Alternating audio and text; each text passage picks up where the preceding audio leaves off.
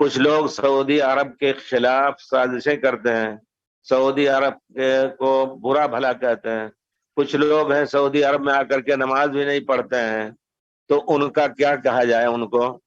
تو ہم یہ کہیں گے ٹھیک ہے، کس بنا پر آپ ان کو گالی دے رہے ہیں؟ اگر وہ کسی بھی ایسے ملک کی طرح ہوتے جہاں دین بھی نہیں اور دنیا بھی نہیں، تو آپ ان کو برا نہیں کہہ رہے ہیں۔ یہاں چونکہ دین جس کی تنفیذ ہو رہی ہے بفضل اللہ تعالی، اور جس کی تبلیغ ہوئی، زمانہ بدلتا رہتا ہے، ٹھیک ہے، لیکن ہم دعا کریں کہ اللہ تعالیٰ اس کو پاک سے پاک رکھے، نہ کہ ہم اس کے خلاف اپنے دلوں میں کینہ رکھیں۔ اور کچھ لوگ ایسے ہیں خصوصی طور پر جو بیچارے اپنی زبان پر لگام نہیں لگا پاتے ہیں، ان کا شیوا ہی ہے سعودی عرب میں کیڑے لگانا، کیڑے ڈالنا ہر ایک کام میں نہ۔ حالانکہ جو کچھ کر رہی ہے سعودی عرب حکومت الحمدللہ پوری دنیا کے لیے، وہ کوئی اور حکومت نہیں کر رہے۔ سب سے پہلے تو خالص دین کی جو انہوں نے اور توحید کی جو تبلیغ کی ہے لوگوں میں، پوری دنیا میں پھیلایا انہوں نے، وہ 800 صدی میں کسی حکومت نہیں کیا۔ حالانکہ بنی امیہ اور بنی عباس کی حکومت تھی۔ اللہ اکبر، جب پکڑا ہے ہلاکو وغیرہ نے مستعصم کو، تو کہا کہ تمہارے سونے کہاں گئے، تمہارے کچھ کیا، کیونکہ سب کچھ کیا لیکن اپنی تیاری نہیں کر رہے تھے مسلمان دشمنوں کے خلاف۔ بچوں کو تیار نہیں کیا، اور تلواروں کے بجائے سونے اور چاندی بھر بھر کر کے اور شعراء کو اکٹھا کر کے اور ان کو انعام دیتے تھے۔ تو اس نے خود کہا تم اگر تمہارے اندر عقل ہوتی تھی اس پیسے کو تم تلوار بنا کر کے اور تم ہمارے مقابل میں آ سکتے تھے۔ ایسا ذلیل کیا، مستعصم کو پکڑ کر کے گھوڑے کے نیچے ڈال کر کے، خلیفہ تھے تو ان کو گھوڑے کے پیروں کے نیچے روز کر ان کو مارا۔ تو میرے کہنے کا مطلب ہے کہ دین ضائع تھا، عقیدے کے خلاف لوگ ایک دوسرے سے لڑ رہے تھے، ایک کا عقیدہ دوسرا عقیدہ، شیعہ کا الگ عقیدہ۔ اور خود مسلمانوں میں حنفی، شافعی، مالکی کی تاریخ دیکھیں، ہم نے وہ کتاب لکھی ہے کہ تقلید کی حیثیت کتاب و سنت کی روشنی میں، تو ہم نے تقلید کی برائیوں میں جو ذکر کیا ہے اس میں واقعات جو حقیقی ہیں ان کا ذکر کیا ہے، کہ کہتے ہیں کہ شافعی کی لڑکی سے شادی جائز نہیں ہے، ہاں اگر یہود نصارہ کی لڑکیوں کی طرح ان کو مان لیا جائے تو کر سکتے ہو۔ اس طرح کے خیالات تھے، لیکن اس حکومت نے، اور یہاں مکے میں تمام قسم کے عقائد انڈے بچے دے رہے تھے، سب آتے تھے، کون روکتا تھا؟ کوئی نہیں روکتا تھا۔ یہاں محمد ابن عربی حاتمی آیا جو چل رہا ہے سیدھے مدینے میں، اس کے پیچھے لوگ چل رہے ہیں، مکے میں اور چل رہا ہے، اس کے پیچھے لوگ چل رہے ہیں، کتا سامنے آ گیا تو کسی نے بھگایا کتے کو، تو کہتا کتے کو نہ بھگاؤ، ہذا ربی، یہ میرا رب ہے، باقاعدہ یہ کہتا تھا مکے میں۔ ہر قسم کے، کیونکہ دین اور اسلام کے نام سے ہر ایک آ کر کے یہاں بستے تھے، رہتے تھے، لیکن آپس میں ایک دوسرے کے پیچھے نماز نہیں پڑھتے تھے۔ اتنی بات تو 800 سال تک آپ کو معلوم ہے، پیچھے ایک دوسرے کے پیچھے نماز نہیں پڑھتے تھے۔ الحمدللہ اس حکومت نے آ کر کے ایک کیا سب کو، اور عقیدے کے خلاف جنت المالا جس کو مقبرۃ المالا کہتے ہیں، اور مدینے میں مقبرۃ البقیع، اس میں قبے بنے ہوئے تھے۔ اب بھی آپ جائیں گے حضرت عثمان کے قبر کے چاروں طرف جو کالا پتھر موٹا لگا ہوا ہے، اس پر بہت بڑا قبہ قائم تھا، اتنا گرا دیا، اتنا چھوڑا ہے اور باقی سب گرا دیا۔ اور سالانہ عرس وہاں ہوتا تھا، عورتیں مرد آ کر کے وہاں مل جل کر کے الٹے سیدھے جو کچھ ہوتا تھا، جس طرح غیر شرعی کام کرتے تھے۔ اور دوسری حضرت فاطمہ کے قبر پر اور کسی قبر پر الحمدللہ اس حکومت نے سب کو پاک کر کے خالص توحید کی دعوت دی، جو اللہ وحدہ لا شریک کی توحید تھی پیارے رسول کے زمانے میں اور صحابہ کے زمانے میں۔ کسی مذہب سے متعلق نہ رہ کر کے انہوں نے اللہ کی کتاب اور پیارے رسول کی تنفیذ کی۔ رہ گئی بات، اگر آپ کہہ رہے ہیں کہ اس زمانے میں کیا ہو رہا ہے، آپ بتائیں کیا غلطیاں وہ کر رہے ہیں۔ حج کے موقع پر جو کچھ خرچ ہو رہا ہے، حج کے موقع پر جو انتظام ہو رہا ہے، آپ کے لیے جو تنظیم ہو رہی ہے، ترتیب ہو رہی ہے کہ دوسروں کو عمران احرام طواف کرنے کی اجازت نہیں دیتے تاکہ آرام سے لوگ کریں، کیونکہ حالات کچھ ایسے ہی ہیں کہ اگر نہ تنظیم کی جائے تو ایسی بھیڑ ہو جائے گی کہ لوگ پریشان ہو جائیں گے. تو کہنے کا مطلب ہے کہ اس میں بہت کچھ خرچ کرنا پڑتا ہے. دوسری بات، اب بھی الحمدللہ وہی علماء ہیں جو خالص عقیدے کی دعوت دیتے ہیں. اور ہم جانتے ہیں جب ہم مدینہ منورہ میں پڑھتے تھے، جو بھی فارغ ہوتا تھا وہاں سے مدینے سے، تو ان کو افریقہ میں، امریکہ میں اور کہاں کہاں حکومت بھیجتی تھی تاکہ جا کر کے وہاں لوگوں کو صحیح دین سمجھائیں. آپ یقین جانیے کہ بھائی کچھ لوگ گئے جو آ کے بتا رہے تھے کہ ہم جہاں گئے نائجیریا میں، ایک آدمی نے دعوت دی کہ ہم مدینے سے آئے ہیں اور یہاں تعلیم کے لیے آئے ہیں، تو اس کی قبیلے کے سردار ہوتے تھے، قبیلے کے پاس 16 عورتیں تھیں، 16 بیویاں تھیں.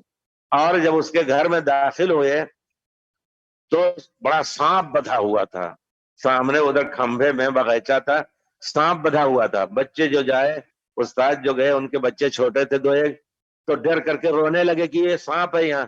کہا نہیں نہیں، اس کو ابھی کھلاؤں گا تمہیں ہم، کیونکہ وہ کھاتے تھے سب. 16 بیویاں، انہوں نے نصیحت کی کہ غلط ہے 4 بیوی کے علاوہ. تو اتنی جہالت تھی. الحمدللہ اب آپ جا کر کے ہم نے 1403 میں شیخ سبیل امام حرم کے ساتھ الحمدللہ ہم نے نائجیریا، غانا اور مصر کا دورہ کیا. یقیناً جگہ جگہ مدینے کے فارغین، مکے کے شیخ یحییٰ کے خاص طلبہ، وہاں جگہ جگہ اسکول کھولے ہوئے ہیں، مسجدیں. اور یہاں کے لوگوں کو اللہ نے جو پیسہ دیا، تو یہ نہیں کہ ہمارے لوگوں کی طرح وہاں بچا کر کے رکھنے کا. جس طرح اللہ بھوکوں مر رہے تھے، پانی کے بغیر جل رہے تھے، پیاسوں مر رہے تھے، لیکن جب اللہ نے دیا تو پانی کی طرح پیسے اپنے لوگوں میں خرچ کرنے لگے. دنیا کے اندر آپ جا کے دیکھیں گے مسجدیں جو بنائی یہاں کے لوگوں نے، حکومت نے بنائی. نائجیریا ہے، غانا ہے، دوسری جگہوں میں انڈیا ہے، چین تک میں، اور دوسری جگہ سری لنکا ہے، جہاں جہاں ضرورت پڑی. تو حکومت اب بھی یہ سب کام کر رہی ہے الحمدللہ. اب جن کے بارے میں یہ کہتے ہیں کہ یہاں سودی نظام ہے، لیکن حکومت نے ہر بنک کے اوپر پابندی رکھی ہے. اندر سے کوئی ایسا کام کریں جو غلط کر رہے ہیں تو حکومت ذمہ دار نہیں ہے. علماء اس کی میٹنگ میں ہوتے ہیں، کبھی کبھی دھوکہ کر کے ان کے دستخطوں کا فوٹو ہو سکتا ہے لے کر کے. مجھے بھی، میں یونیورسٹی میں تقریباً 5-6 سال تک ایک خاص پیریڈ جس کا نام ہے فقہ الکتاب والسنہ کے نام سے اقتصادی مسائل پڑھاتا رہا. ہم نے طلب کیا بہت سی چیزوں کو ان کے بنکوں سے، تو پتہ چلا کہ اس میں تھوڑا سا دھوکہ کر رہے ہیں وہ لوگ خود اندرونی، لیکن پابندی ہے بہرحال. اور اس زمانے میں اگر آدمی جو ہے، اللہ تعالیٰ اگر کچھ باتیں غلطی کی ہیں تو کم سے کم دعا کیجئے. ایک محسن کے لیے دعا کرنا ضروری ہے کہ اللہ تعالیٰ ان کو اچھے سے اچھی حالت میں رکھے. اور اگر کوئی اس قسم کی بات کرے تو کہیں گے یہ ریال کھا رہا ہے سعودیہ کا، کبھی اس طرح کی بات بول رہا ہے. نہیں، الحمدللہ دنیا میں ایسے لوگ ہیں جو ایک پیسہ بھی یہاں سے نہیں لیتے ہیں، نہ یہاں جی رہے ہیں، لیکن اس کی حقیقت کو جان کر کے کہ حقیقی دین کی طرف دعوت دے رہے ہیں، ان سے دفاع کر رہے ہیں. یہاں تک کہ لوگوں نے ان کو مارا پیٹا بھی اس نام سے. کچھ لوگ ایسے بھی ہیں جو زبردستی اپنی بات تھوپنا چاہتے ہیں یورپ وغیرہ میں. ہندوستان کے اندر خود میں جہاں تک جانتا ہوں کہ کچھ ایسی جماعتیں ہیں جو خاص طور پہ جماعت اسلامی کا نام اگر ہم لیں تو اس میں ہم غلطی نہیں کریں گے. ان کے یہاں یہی ہے کہ ہر قائم جو حکومت ہے جہاں کہیں بھی اس کو گرانے کی کوشش کرو. نعوذ باللہ، اگر اللہ تعالی اس طرح کے خیالات ان کے ہیں تو اللہ تعالیٰ ان کو پسپا کرے. اللہ تعالیٰ کبھی ان کے خواب کو کبھی اس کو تعبیر میں نہ لائے. یہ لوگ جو ہیں یقیناً، اور وہ کہتے ہیں ہم اپنے یہاں پاکستان میں حکومت الہیہ قائم کریں گے. کیوں نہیں کر پا رہے ہو؟ کتنے دن سے کوشش کر رہے ہو حکومت الہیہ کی، شرم آنی چاہیے ان کو. لیکن وہی بولتے ہیں. اور اس کے برعکس آپ کو میں نے شاید اسی مجلس میں کہا ہے کہ 1 سال پہلے ایران کا ان کے ایمبیسی کا آدمی باقاعدہ ان کے دفتر میں آ کر کے حضرت معاویہ یزید کو 10 محرم کو گالی دے کر کے چلا گیا. کسی نے ایک لفظ اس پر اعتراض نہیں کیا. یہ ہے حقیقت ان کی.